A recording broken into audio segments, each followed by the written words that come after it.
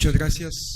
Buenos días. Agradezco muchísimo a Alan, Isabel, Hugo y en general a las autoridades responsables de los museos y especialmente del Museo Histórico Nacional de Chile por haberme invitado a participar aquí con ustedes y compartir algunas ideas sobre las cuales he estado trabajando y que además es la primera vez que estoy aquí en Chile, y para mí eso es muy importante por muchas razones históricas. También me congratula mucho coincidir aquí con una persona que estimo mucho, colega y una persona muy dinámica en el tema de los museos, que es Concepción García Sáiz, a quien aprecio mucho y quien no dijo ayer, pero que desde que ha estado a cargo del Museo de América en Madrid, ha promovido precisamente mucho el debate y la discusión museológica, incluyendo a muchos colegas latinoamericanos. Bien, lo que expondré aquí es general, es muy esquemático, con la intención más bien de despertar preguntas e inquietudes en las cuales después podemos profundizar. Y lo que haré aquí es una visión muy general de algunas ideas que rondan en relación a lo que he titulado como Relocalizando el Museo, experiencia traumática y comprensión histórica. Digamos, por eso empiezo con estas imágenes del Museo del Carnaval en Montevideo. Y bueno, lo primero que quisiera señalar es cómo, especialmente en la segunda mitad del siglo XX, y con el final de la Guerra Fría, la descolonización en África y en Asia, la emergencia de grupos subalternos por alcanzar la hegemonía de la representación simbólica, propiciaron en los antiguos imperios eurocéntricos lo que denominamos como el giro democratizante y comunicativo en los museos. Por eso inicio también con estas imágenes del Museo del Carnaval, porque en Montevideo, porque estamos hablando de cómo estas comunidades afroamericanas empiezan a tener relevancia en países que uno pensaría que no tienen esa importancia o esa presencia.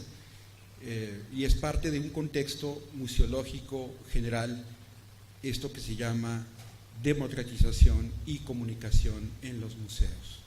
El Exploratorium en San Francisco, que es uno de los museos modelo, de los museos de ciencia interactivos que inicia al comienzo de la década de los años 60 del siglo XX. Entonces, desde esa coyuntura, que es una coyuntura, como diríamos en México, setentera, la noción de museología incorporó conceptos y prácticas de exposiciones cada vez más plurales. Las etiquetas de ecomuseo, museo templo, museo foro, museo comunitario, museo comunidad, museo integral, que es una noción que surge, por cierto, en la Mesa de Santiago, que organiza el ICOM en 1972, son de las más conocidas y despertaron una preocupación importante por los interlocutores del museo. Cartagena, podemos ver cómo también está presente lo museal, ya lo veremos más adelante. Entonces las preguntas básicas eran en ese entonces: ¿para quién son los museos? ¿Para las musas o para las masas? ¿Para una comunidad erudita o para una comunidad diversa, ávida de experiencias sensibles? El giro democratizante, como se entendió en la museología de los años 70, 90, miró de nuevo el espectador. Con esta perspectiva apareció la crítica del museo moderno tradicional, valga la paradoja, museo moderno tradicional, espacio repleto de colecciones para dar lugar a una comprensión del museo como un medio de medios. El museo, convertido en artefacto, hizo de lo museal un gran dispositivo de representaciones. Como puede verse hoy en día en cualquier expografía, en este caso en el Casino de Murcia, donde también tienen un espacio museal que reconstruye la historia de la élite la burguesía de la exportación de la paprika a finales del siglo XIX y que le dio una economía muy pujante a esa región española. Por su parte, los museos de ciencia y los ecomuseos propiciaron la emergencia de una nueva interactividad con fines pedagógicos y de concientización patrimonial. Digamos que los museos de ciencia y los ecomuseos son, digamos, los precursores en buena medida de esta tendencia a recuperar la importancia de los visitantes de los museos. Esto significaba, o sea, ¿qué quería decir todo esto? Que el argumento del museo educador, como se había planteado entre los años de 1890 a 1930, este periodo está considerado como el primer gran boom de los museos a nivel internacional. El mundo se llenará de museos, lo mismo en Pekín que en Yakarta y obviamente en Latinoamérica y en Europa. Era una cuestión, la cuestión del museo educador era una cuestión a demostrar empíricamente, a pesar de que este es un enunciado que ya aparece a comienzos del siglo XIX, especialmente en el contexto angloamericano. Los estudios del gran pedagogo John Dewey, considerados precursores de la teoría de la estética pragmática, habían abierto el camino para plantearse aún más radicalmente si era necesaria la escolaridad formal. Cuando se llega a los años 80 del siglo XX, los entonces pragmático-contextualistas, como los de Folk y Durkheim, habían permeado el ámbito museológico con respecto a las formas de aprendizaje y transmisión de la cognición, más que seguir dando por sentado que el museo debía educar porque sí. Es decir, por eso tiene todo un desarrollo, los llamados estudios de público y especialmente los estudios pedagógicos, ya no en la línea de la educación formal, sino en la línea de las teorías del aprendizaje. Y bueno, acá tenemos algunos ejemplos, por ejemplo de John Cotton Dana, que fue el fundador del Museo de Newark en Estados Unidos, y es uno de los primeros grandes teóricos y pedagogos de unir museo-escuela, museo-universidad en el comienzo del siglo XX. Y además Cotton Dana escribe muchos artículos y es, digamos, parte de un movimiento, para que vean que todo lo nuevo suele ser viejo, que va a hablar del nuevo museo. Es todo un movimiento llamado el nuevo museo en las primeras 2 décadas del siglo XX, como también había ocurrido un siglo antes, a inicios del siglo XIX, que se hablaba de también la corriente del movimiento del entretenimiento racional. Así es que siempre ha habido esta idea de lo nuevo en lo que ahora llamamos pensamiento museológico, y donde también en el caso mexicano, de manera paralela, hay especialistas como Manuel Gamio, aquí está la portada de su libro, Forjando Patria, de 1916, que también está planteando la importancia de utilizar las piezas arqueológicas, que nosotros llamamos prehispánicas o precolombinas, como parte de una nueva enseñanza del arte. Y entonces se va a empezar a hablar de arte prehispánico y ya no únicamente de antigüedades o arqueología. John Dewey, que fue un hombre longevo y además un extraordinario teórico y pedagogo, a sus 80 años de edad todavía daba cursos para niños en las primarias, y es uno de los, digamos, revolucionarios de la pedagogía norteamericana, y fue de hecho asesor de Roosevelt en los 30 para rediseñar todo el sistema escolar. Y bueno, este libro de Arte como Experiencia, creo yo, es uno de los libros medulares de su trabajo, Experiencia y Educación. John Dewey ha sido realmente recuperado por la teoría del aprendizaje y digamos inclusive la museología americana en los últimos 20 años. Hay una recuperación de su pensamiento, porque John Dewey, claro, después de la Segunda Guerra Mundial fue considerado comunista, sus ideas eran socializantes, y es un autor que queda como oscurecido por una etapa de la Guerra Fría en los Estados Unidos, pero hoy en día es un autor que ha vuelto a ser relanzado por filósofos tan importantes como Frank Ankersmith. Y bueno, justamente aquí está la obra clásica de Folk y Dierking, que es una obra que por cierto se ha reeditado, ellos han actualizado este libro, La experiencia del museo. Con la publicación en 1992 de este libro se consolida de lleno en la museología norteamericana la tradición de la filosofía pragmática que habían encabezado William James, por cierto, Charles Peirce y John Dewey mismo, a comienzos del siglo XX. 50 años después, estas ideas comenzarán a aplicarse en diferentes prácticas museográficas.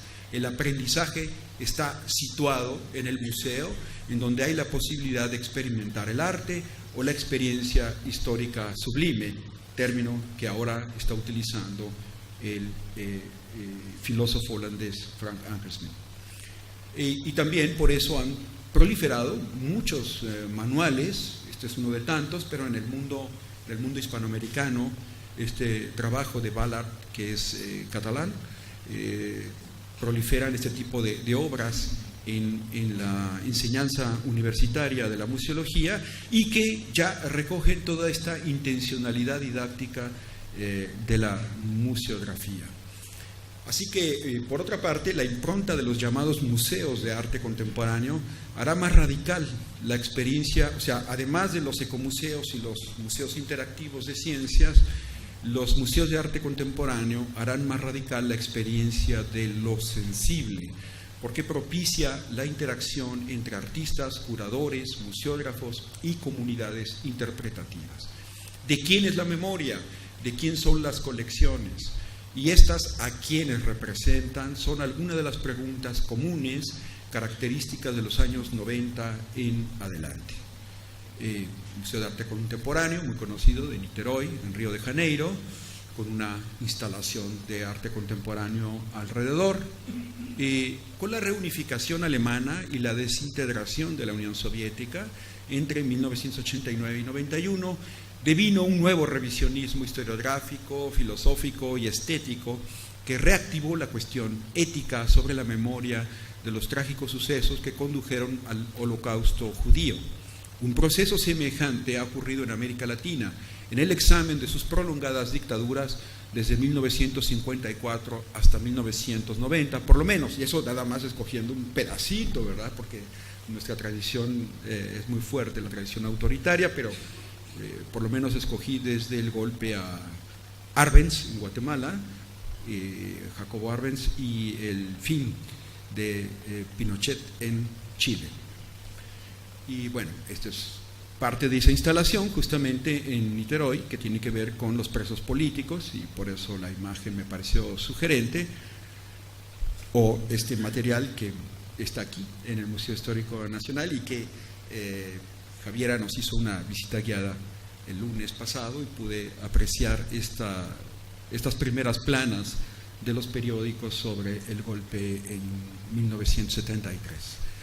Este contexto que aquí exponemos esquemáticamente explica algunos procesos expositivos contemporáneos en las cuales diferentes manifestaciones plásticas y electrónicas han convertido a los museos en laboratorios de experiencias de lo sensible o más aún de lo museal, con marcados acentos políticos. Claro, como muy bien decía ayer Concepción García Sáiz, el museo siempre es político.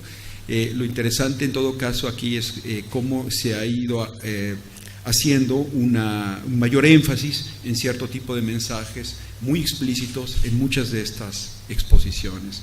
Con el giro democratizante y comunicativo, los museos templo y su valoración de las artes sufrieron grandes turbulencias en su conservadurismo e inercias institucionales.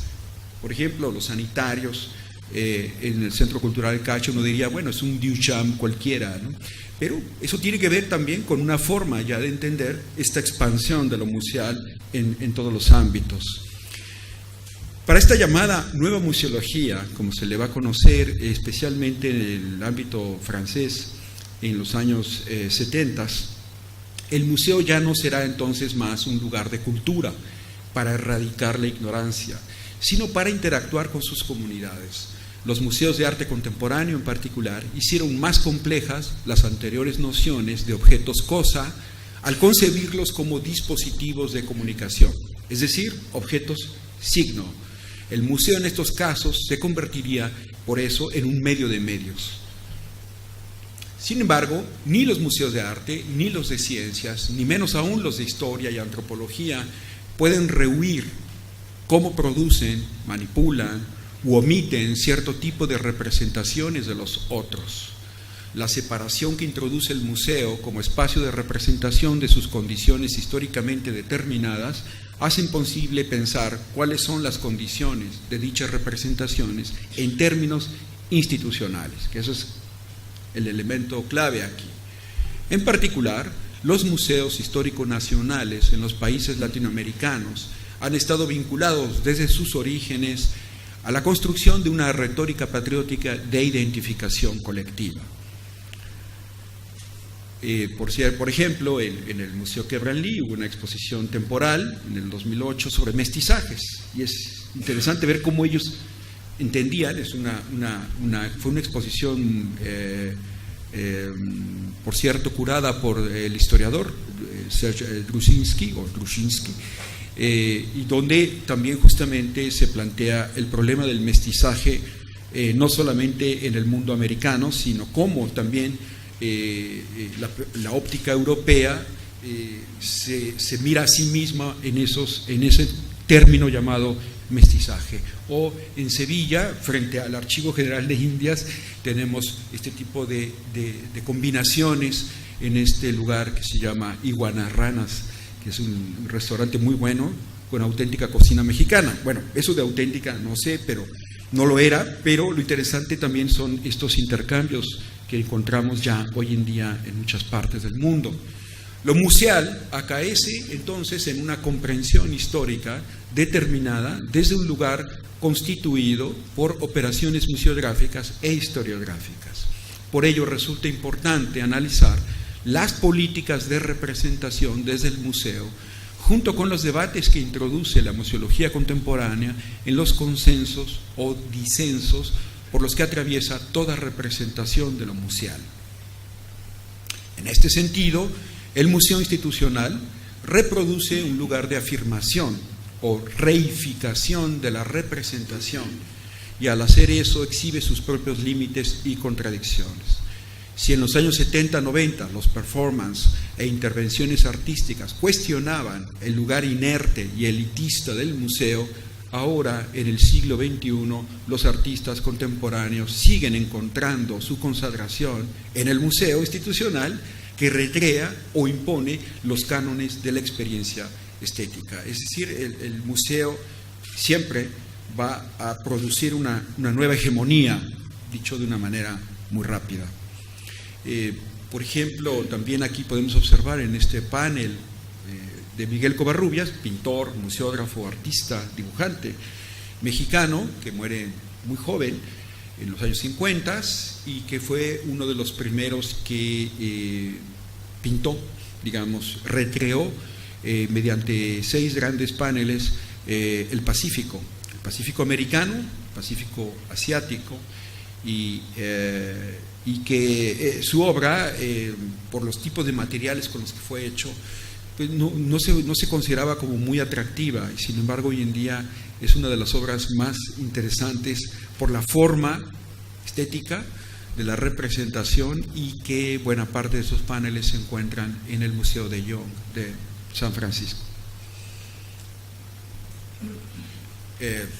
¿Qué es la identidad, ¿no? Entonces tenemos aquí también en el Museo de Young todas las representaciones, tiene toda un área expositiva dedicada a Asia, Oceanía y África, y por el otro lado tenemos la enfermera que recientemente de Liechtenstein se vendió en $90 millones. Una de las consecuencias de los giros democratizante y comunicativo en el campo de la museología contemporánea, o de los Museum Studies, porque en el mundo angloamericano no se utiliza el término museología, ha sido la incorporación en los últimos 30 años de las mediaciones simbólicas en la memoria colectiva, social e individual. Así fue como la concepción estrecha de la museología como estudio histórico de los museos adquirió mayor amplitud al recuperar el concepto de lo museal. Este refiere a cualquier proceso de preservación y transmisión de la memoria humana, de su atesoramiento, cuidado, análisis y comunicación. Es decir, lo museal no está circunscrito necesariamente a lo museístico. Es importante aclarar esto. Por eso hemos dado ejemplos callejeros o, digamos, expografías que están fuera del ámbito museístico. Desde esta perspectiva, la cuestión de la memoria ocupará nuevamente un lugar central en muchas manifestaciones plásticas y narrativas curatoriales en el mundo.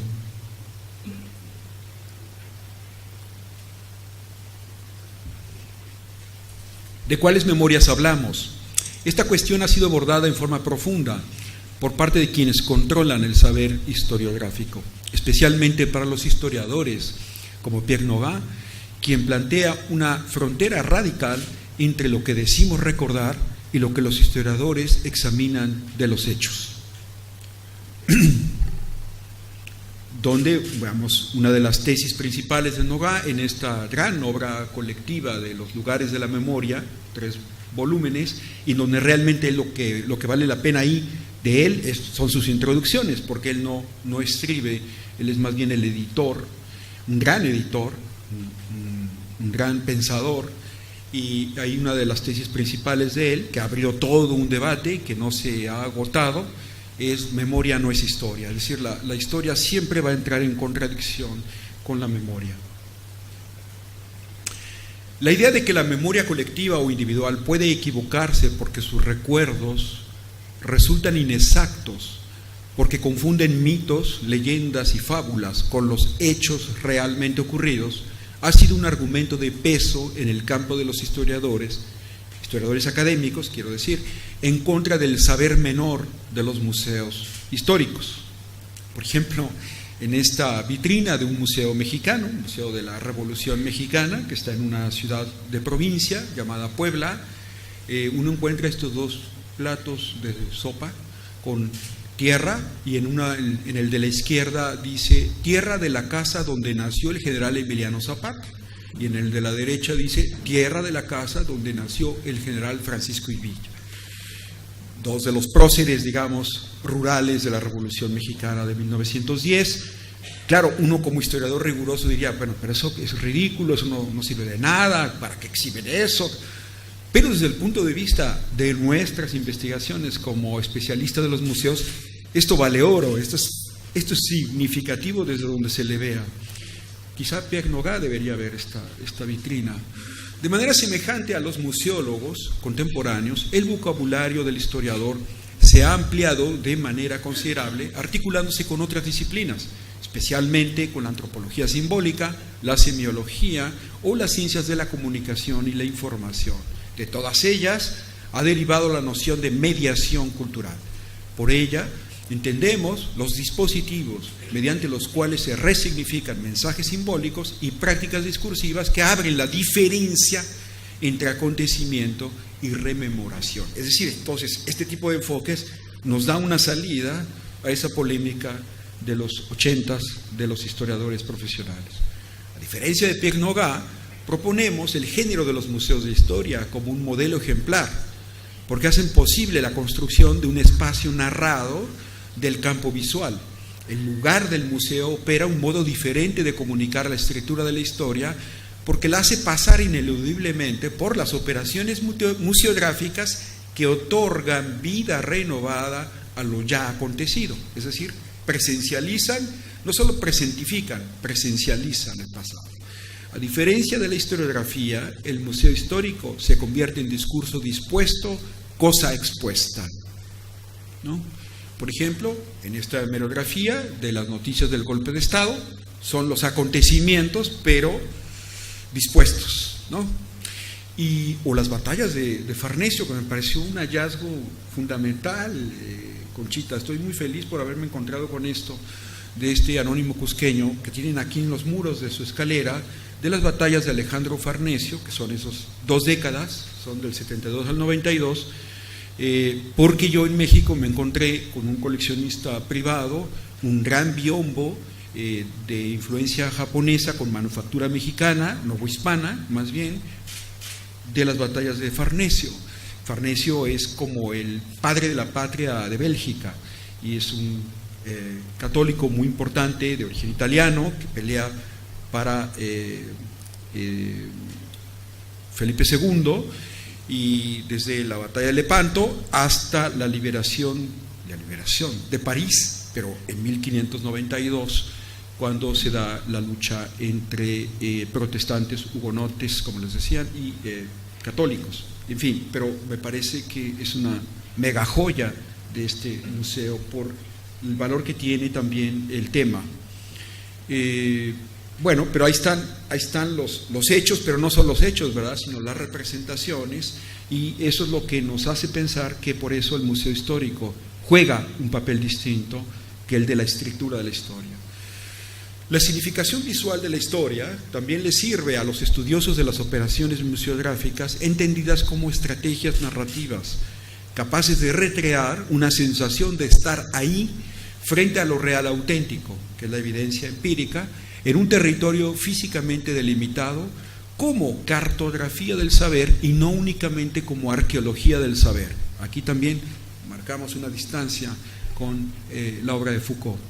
La forma en que otorga significado a las cosas se rige por una estructura binaria de sus comunicaciones que consisten en mediaciones, como ver, no ver, objetividad, subjetividad, autenticidad, falsedad, genialidad, vulgaridad, original, copia, presencia, ausencia, conocimiento, rito, y eso me parece muy importante. Entonces, en lugar de separarlos y verlos como dos estructuras que se contraponen, por el contrario, lo vemos como estructuras complementarias. Así como fue problematizada una noción extracultural de la experiencia material y social por parte de la teoría de la recepción estética, el grupo de Constanza, todos los años 60, 70, con Dominique Lacapra, puede reinsertarse una noción semiológica del concepto de experiencia afectiva, pasando por la teoría psicoanalítica de Sigmund Freud. El holocausto judío o las bombas de Hiroshima y Nagasaki se convierten en ejemplos primordiales de traumas colectivos para plantear el problema del aprisionamiento del presente por el pasado, todo lo cual afecta a las categorías de representación, memoria y olvido. El rescate o la aplicación de conceptos psicoanalíticos para el análisis histórico acarrea varios interesantes problemas que son analizados en la obra Escribir Historia, Escribir Trauma de Dominique Lacapra. En particular, el concepto de transferencia, una de las aportaciones más genuinas de la terapia analítica freudiana, le permite replantear el problema de la observación histórica. Este trabajo, además, polemiza con el constructivismo radical de los años 80, de los trabajos de White y Ankersmit. Por su parte, Ulrich Gumbrecht, filólogo e historiador alemán, plantea la necesidad de considerar el trauma no solamente en el plano de la elaboración racional, de lo que él llama un freudismo que él considera trasnochado, sino la necesidad de recuperarlo fenomenológicamente. Y eso es muy importante para el caso del museo, es decir, las emociones que nos provocan ciertos objetos, por las razones que sean. Para otras combinaciones semejantes entre psicoanálisis e historia resultan igualmente importantes, no voy a profundizar en ello, las obras de Guy Legoffey sobre Louis Althusser, que es una biografía muy interesante, o la teoría de la representación iconográfica, todos sus análisis sobre la representación del rey en la época medieval. Este es Ankersmit. Más que por la representación artística, nos va a decir Ankersmit, el pasado se determina por la manera en que lo representamos. Los vínculos entre representación y lo que se representa son mucho más frágiles en la historiografía que en el arte. La realidad histórica en sí no contradice tanto a las representaciones históricas, sino que otras representaciones históricas lo hacen. A apelar a cómo es la realidad tiene mucho más fuerza en el arte que en la historia. Es decir, es una imagen, pocas palabras, una imagen nos pesa más que las palabras. La historiografía es un paradigma, nos vuelve a decir Ankersmit, de representación mejor incluso que el arte mismo, Una narración histórica es lo que sus declaraciones determinan que sea. Estas consideraciones exigen postular una nueva entidad lógica, lo que él va a llamar sustancia narrativa, que me parece un término muy interesante porque incluye el problema de la fenomenología dentro de la comprensión y ya no lo separa, es decir, intuición, conocimiento, experiencia estética van juntos. La sustancia narrativa de un relato histórico es su conjunto de declaraciones que juntas encarnan la representación del pasado que se propone en la narración histórica en cuestión. Los modelos de la teoría de la sustitución necesitan el modelo correspondiente del concepto de realidad. Por eso una bandera, un cuadro, una noticia periodística puede dar para muy diferentes lecturas, puede ser aprovechado de muy distintas maneras. Toda sutura retrospectiva sería en sí misma fantasmática o ilusoria. Esto es hablando de ese pasado, sea traumático o no. Elaborar, el trabajo de elaboración significa trabajar sobre los síntomas postraumáticos para mitigar los efectos del trauma, generando contrafuerzas a la repetición compulsiva y posibilitando una articulación más viable de emoción o representación. Según esto, la salida está entonces en esa sublimación de lo que yo llamaría entonces ahora la experiencia museográfica, como una sublimación, o como algunos inclusive ya interpretan lo que llaman la máquina barroca, ¿no? Es decir, todos estos cuadros del siglo XVII o XVIII en Nueva España, con ángeles y vírgenes y cristos, lo ven como una sublimación de lo que fue la violencia de la conquista. En consecuencia, la esencia del espíritu histórico no consiste en la restitución del pasado, sino en la mediación del pensamiento con la vida actual. ¿No? Esto es vida actual en el bar de Clinic. Como verán, he aprovechado mis noches. Es todo. Muchas gracias.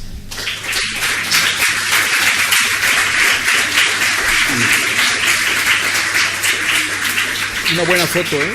Una buena foto. Bueno, me interesan mucho las preguntas y opiniones. Sí, muchas gracias, Luis Gerardo.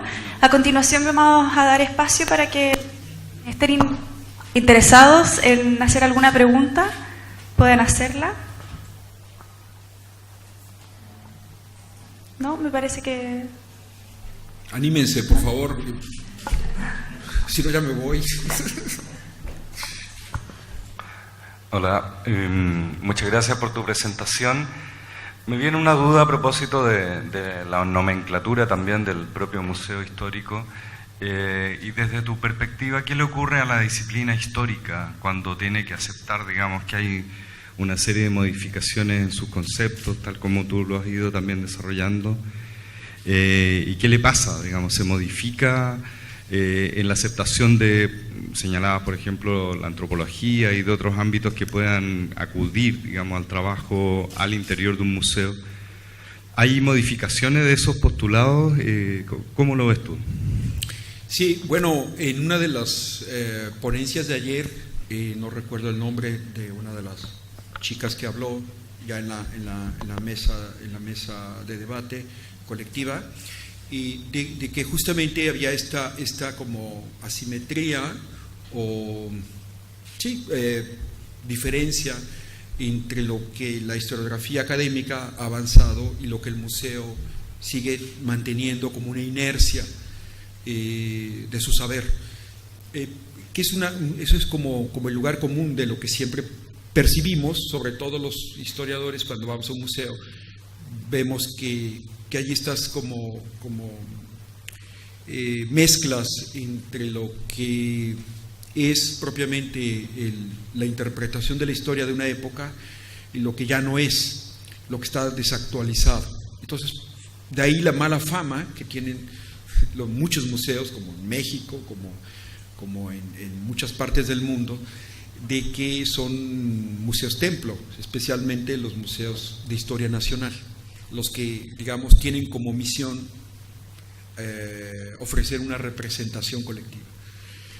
Sin embargo, yo ya no creo tanto en eso. Es decir, creo que más bien lo que hay que entender es esta idea mediática del museo, en donde lo que interesa es ver cómo mito, historia, o fábula, leyenda y mito, en el espacio del museo, juegan un papel distinto porque están vinculados a los procesos de memoria y por lo tanto de índole simbólica. Entonces la lectura no puede ser literal. Entonces ahí creo yo que los cambios se dan sobre la base de cómo se van generando nuevas narrativas, alternativas de interpretación de esos mismos mitos y de esos mismos símbolos. Por eso es muy complejo y nos ha parecido a varios de los colegas que hemos sido amablemente invitados por las autoridades de este museo, que es muy delicado, muy complejo, pretender decir voy a renovar un museo de historia nacional y voy a acabar con todos los mitos. Eso me parece que no es lo más indicado. Por el contrario, es allí donde se condensan los lenguajes de una época, las maneras de mirar de una época, y por lo tanto eso se le puede ir dando un tratamiento en su lugar de origen, digamos, como originalmente fue pensado, con otras maneras de entender el pasado. Entonces, a la medida en que se le ofrezcan alternativas distintas de lectura y de vivencia de ese pasado, generando preguntas, creando marcos más flexibles, como nos lo han expuesto Hugo y su equipo, creo que esa es una buena idea. De tal manera que entonces, en ese sentido, más que afectarle a las nomenclaturas de la historia, la manera en que los museos abordan esa misma historia, si lo metemos en esta relación de la memoria y de las representaciones simbólicas, creo que es mucho más manejable y de hecho queda incorporado dentro de la historiografía contemporánea, que ha cambiado también mucho de la época de los años 80 a hoy. En los últimos 30 años la historiografía ya ha incorporado el tema del museo como un artefacto más, como una mediación más de análisis historiográfico, lo cual también ha beneficiado, por supuesto, a las propias técnicas expositivas del medio de los museógrafos y curadores. Creo que en ese sentido hay una situación ya distinta, donde no se observa la polaridad entre mito e historia. Por el contrario, museo histórico es por excelencia esa relación entre mito e historia, y en lugar de destruirla o separarla. De hecho, en varios proyectos que se hacen hoy en día museográficos digamos de revisionismo de sus museografías, se considera necesario preservar por lo menos una parte de las antiguas salas, una parte del antiguo mobiliario. Es decir, renovar no quiere decir destruir, sino preservar también las ópticas con las cuales se veía en otra época ese conocimiento y cómo se valora hoy en día. Eso es para contrastar cómo el mismo museo se va historizando a sí mismo.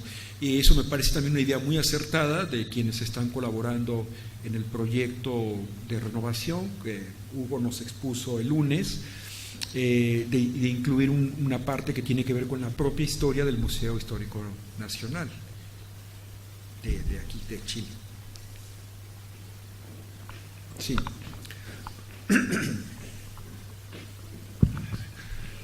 Agradeciendo la magnífica síntesis de mucho de lo esencial, me voy a permitir hacer una pregunta muy concreta. Sí. Esta mañana, hace poco, comencé a leer un libro que pone un problema no solo a la museología como a la historia, y que tiene que ver con este museo. El libro se llama De la rebelión popular a la sublevación imaginada, que tiene que ver con la resistencia que en este país hubo contra la dictadura. Sucede que esta resistencia era clandestina.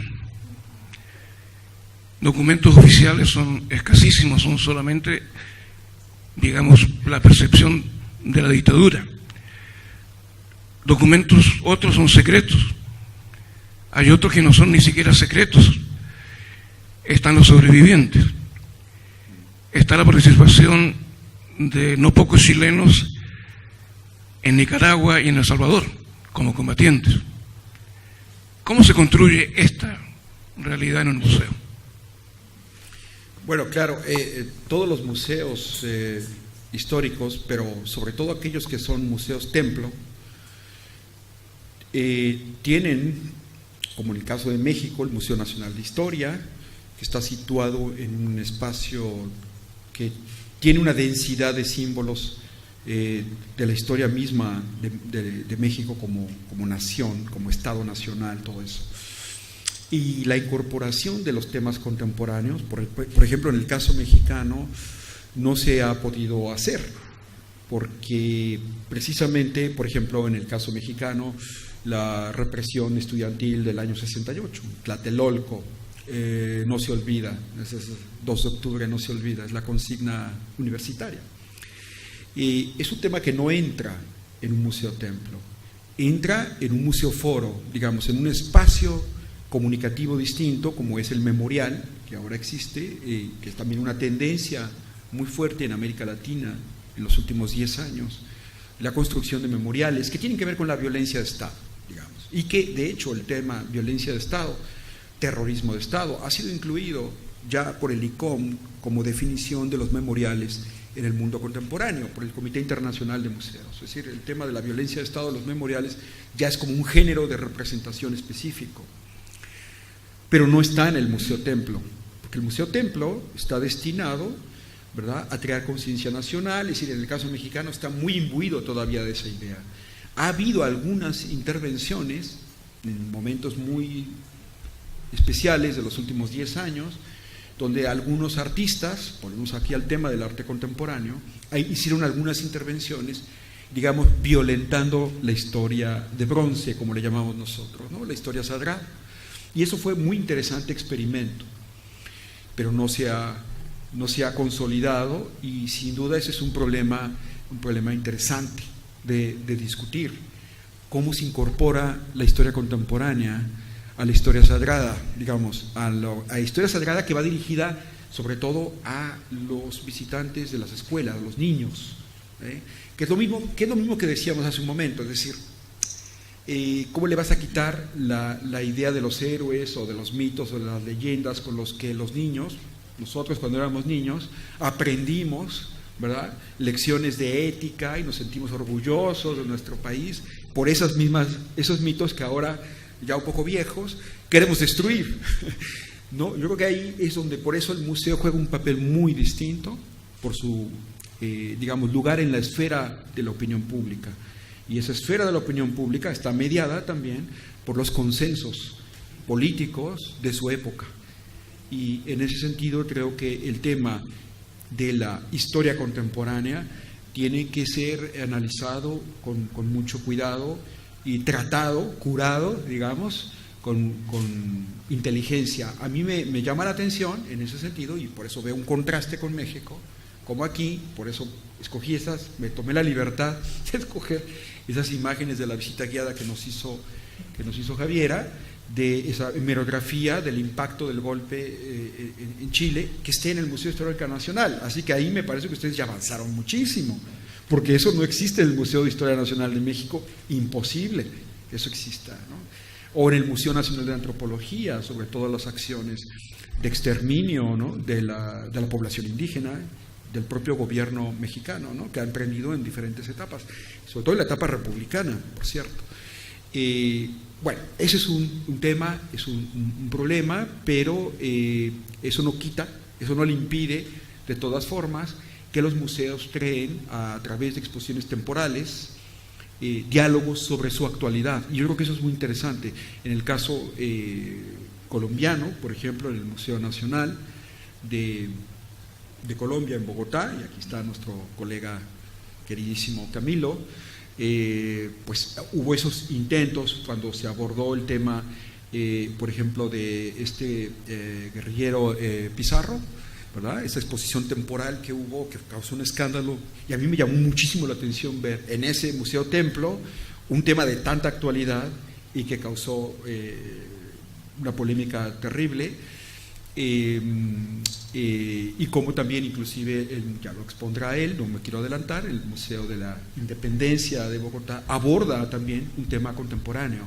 Son ejemplos, por ahora me parecen esos dos ejemplos muy interesantes, hablando de museos templo. En el caso mexicano es mucho más conservador el asunto, pero es un problema, digamos, museológico muy importante, el que usted ha señalado. Hola, me gustaría saber cómo se vincula el concepto de sublimación de la historia con la museografía, sublimación de la historia, y la museografía como dispositivo de este relato. Sí, la sublimación viene siendo justamente ese hacer presente, esa presencialización del pasado. Es decir, que, bueno, una cualidad, digamos, siempre de todo museo, especialmente en los museos de historia, es cómo actualizan el pasado. ¿Sí? Es esta simultaneidad de tiempos que ofrece el espacio museográfico. Estamos nosotros como observadores, que es nuestro presente, lo más inmediato, frente a un pasado que puede ser remoto, de miles de años, coexistiendo en ese mismo espacio. Y la manera en que esto se presenta, a través de como dispositivos comunicativos, la manera en que esto se hace, digamos, la virtualidad del ejercicio mismo de la representación es lo que propicia la sublimación, ¿no? La admiración, la contemplación, el goce, el deleite, etcétera, o el rechazo, es decir, todas las emociones que va a generar esa presencialización del pasado es una de las cualidades de la sublimación. Y que la museografía tiene, digamos, el lenguaje museográfico, con todas sus técnicas, ¿verdad? Con todos sus recursos para producir un mayor impacto, para generar preguntas, etcétera, es lo que creo debemos entender y aprovechar. Ese momento de intercambio de emociones. Por eso es muy interesante cómo durante mucho tiempo, cuando se definía al museo como conservar, investigar y educar, que fue, digamos, como el lema básico para entender cualquier museo, es importante como el mismo ya Comité Internacional de Museos, para dar una simple referencia estándar, pero igual ocurre en la Asociación Americana de Museos, bueno, que son alianza de museos, o en el caso de Reino Unido, se fue incorporando ya no solamente educar, sino es también comunicar en un momento determinado, ya es conservar, investigar y comunicar, pero también se incluye la palabra entretenimiento, deleite o goce, según la traducción. Entonces, al incluir el tema del goce, el tema del entretenimiento o el deleite, a la par que el tema de la investigación, del conocimiento, creo que hay un avance muy importante en la manera de entender lo que, digamos, a principios del siglo XX se veía como algo que estaba totalmente subordinado. El deleite, el placer, la contemplación se veía como que no era parte del conocimiento, era parte del entretenimiento que uno tenía para ir a un museo, generalmente un museo de arte, ¿no? El arte era para las señoras, las damas, y para entretenerse, pero eso no era conocimiento. Bueno, de esa visión a lo que ahora entendemos como deleite en cualquier escenario museográfico, creo que hubo un avance gracias también al desarrollo de las teorías del aprendizaje, a todo el constructivismo psicológico, en fin. Entonces, en ese sentido, ahí para algunos autores, como Anker Smith, toda comprensión histórica, dice él, es sublime de todas formas, ¿no? Pero creo que el lenguaje de las museografías tienen condiciones hoy en día, sobre todo con todo el desarrollo de las tecnologías virtuales o cibernéticas, tiene posibilidades muy grandes de exploración de lo sensorial, de lo sensible, ¿no? de los procesos de percepción. ¿Alguna otra pregunta? Hugo, qué bien. Bueno, ¿funciona? Ya. Gracias por la presentación. En la propuesta que nos hiciste nos hablaste de un desplazamiento de la representación del conocimiento desde una arqueología a una cartografía. Sí. Me gustaría saber si podías profundizar un poquito en eso y quizás darnos algunos ejemplos de ese desplazamiento también en museos. Sí, bueno, al insistir en el tema de la cartografía, lo que estoy haciendo en realidad es plantearme un problema que es central tanto para la concepción de la historia misma como del museo, que es el problema del espacio, por eso cartografía. Es decir, durante muchísimo tiempo la teoría historiográfica ha girado alrededor del tema de la temporalidad y ha subordinado toda discusión, digamos, de contenidos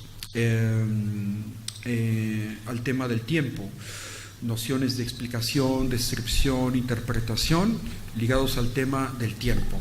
Todo es producción de sentido, que esa es una de las críticas interesantes que se hizo a todo el auge, a todo el boom hermenéutico o neohermenéutico de los años 70, 80.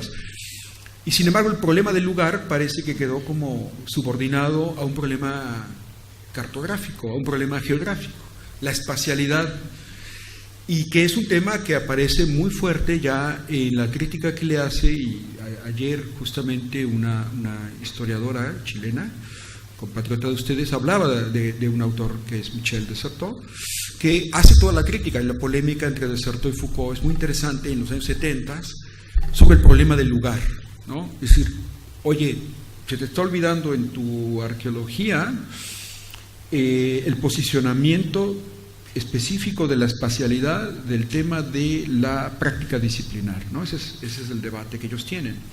Por eso en la obra de Desserteaux, en la escritura de la historia, en su compilación de la escritura de la historia, como también lo en psicoanálisis e historia, Desserteaux va a intentar resolver el tema hablando de la institución histórica, ¿no? Como la principal determinación proviene de allí, y sin embargo no hemos hecho hemos hecho caso omiso de esa determinación del lugar, de cómo estamos posicionados ante el conocimiento, antes que hablar nada más de discurso y tiempo. Lo mismo va a pasar con el caso alemán, con Koselleck, Reinhard Koselleck, en su Semántica del Tiempo, Futuro Pasado, un libro multicitado, hoy en día ya se convirtió hasta en un lugar común. Muy al final de su obra, ya 20 años después de este libro tan importante, Koselleck va a hablar del problema de la experiencia del espacio. Entonces, espacio y experiencia van a ser como los términos o los conceptos nuevos que ahora están de moda, ¿no? El tema de la experiencia vinculado al tema del espacio, pero ya no como categoría únicamente subordinada al discurso o al lenguaje, porque eso implica únicamente privilegiar temporalidad. Tiempo y narración de Paul Ricoeur sería la obra clásica, pero Ricoeur justamente en su último trabajo importante, que es justamente Memoria y Olvido, plantea precisamente el problema del lugar y hace todo el repaso de cómo de Brodel a Desserteaux, Foucault, o sea, cómo el tema del espacio y el lugar, porque Pierre Nogent lo aborda en Lugares de la Memoria, pero no lo aborda de una manera crítica, no entra a la discusión de la experiencia. Y al final, la crítica que se le hace inclusive ahí en ese libro a Nogent es que termina volviendo a caer en el lugar común de la historia nacional, algo que supuestamente el estructuralismo de la Escuela de Anales había superado. Entonces, cartografía es el tema del espacio y la experiencia, pero esto puede ser entendido como una categoría extralingüística o no, o es simplemente que, volvemos a John Dewey, ¿no? La experiencia se antepone al saber, es decir, antes de que haya una separación entre sujeto y objeto, hay una experiencia previa y eso es el lugar, según John Dewey, de los años 30, se lo está planteando en los años 30. Y así es que yo creo que en ese sentido el tema del museo como producción de otro lugar, que es así como yo lo veo, así terminaría definiendo bueno, por ahora, provisionalmente, después nos podemos tomar un buen vino, y a lo mejor me lo aclaro más, pero digamos, o me confundo más, pero digamos, bueno, pero si es un Carmener, yo creo que me va a ir bien, ¿no? Que aquí Alan me ha enseñado ese vino delicioso que no había probado, y entonces producción del lugar, es decir, y ahí es donde hay que entender esta no literalidad del Museo Histórico Nacional. ¿Por qué? Porque es producción de otro lugar. El museo tiene esa magia, esa parte sublime de crear otro lugar que es ficticio, ciertamente, y donde quizás las nuevas narrativas, las nuevas técnicas pedagógicas pueden ayudarnos a entender al visitante, sea niño o adulto, de que está en ese otro lugar donde el museo, bajo sus propias reglas, ¿no?, nos produce sensaciones de experiencia del pasado. En ese sentido, ya no estamos totalmente envueltos o comprometidos a un problema de una temporalidad lineal, que eso siempre termina ahogando cualquier discurso historiográfico. Pero es un tema que está ahora de moda, el tema de la experiencia-espacio, o espacio de experiencia, espacio de experiencia de vida. Es decir, esta distinción entre no es lo mismo, ¿verdad?, la experiencia vivida que lo vívido del relato. ¿Verdad? ¿Alguna otra pregunta? ¿No? Los invito entonces. Muchas gracias, Luis Gerardo. Gracias.